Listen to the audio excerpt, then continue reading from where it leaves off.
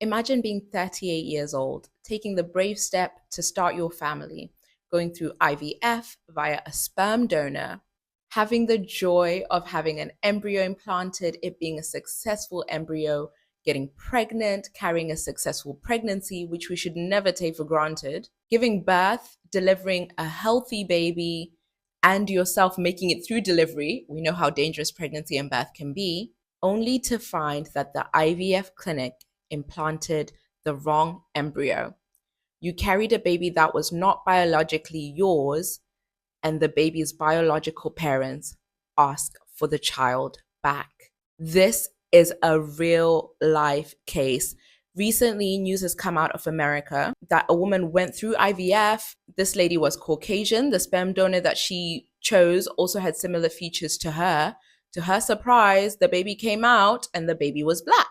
And this, of course, raised alarm. She got in contact with the fertility clinic, let them know what had happened. They did DNA testing, only to find that the baby was not biologically hers.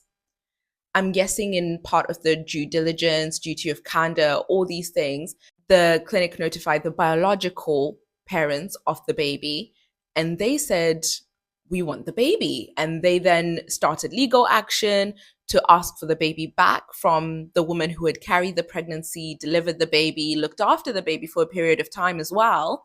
Obviously, it's not the same premise as Jane the Virgin, but it is literally like something from a movie.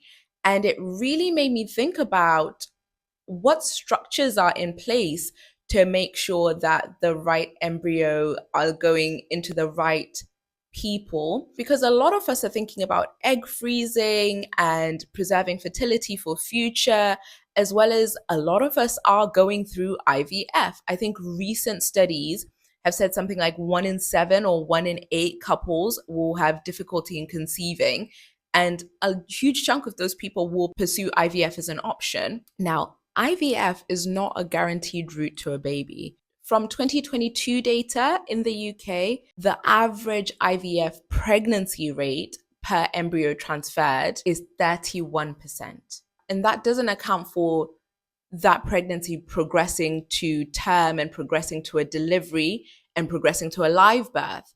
That's just the amount of embryos that were transferred that resulted in a pregnancy, 31%. That's not a huge statistic.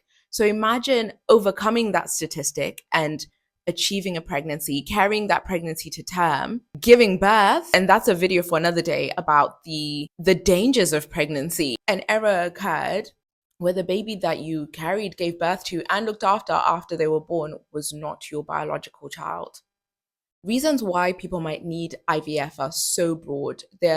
Infertility is a big reason, but it's not the only reason per se. And some of the causes of infertility include conditions like endometriosis, fibroids, depending on where they're placed, blockage of the fallopian tubes or scarring of the fallopian tubes from things like STIs or procedures. Interestingly, side effects of some medication can lead to infertility. So these are all causes. Same-sex couples would also utilize IVF. And as in the case of this story, people that maybe want to have children but might not have an opposite gender partner to have that child with. So this lady utilized a sperm bank. Again, people are utilizing IVF. It's interesting to think about how many of these other stories have happened that have just not made it to the media in this way.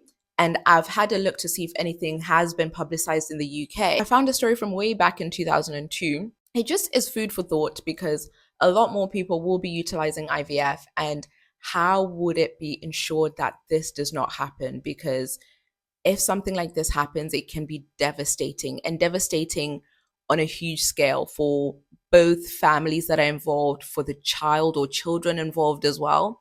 It's really something. It's food for thought, and I would love to hear your opinions on it in the comments below.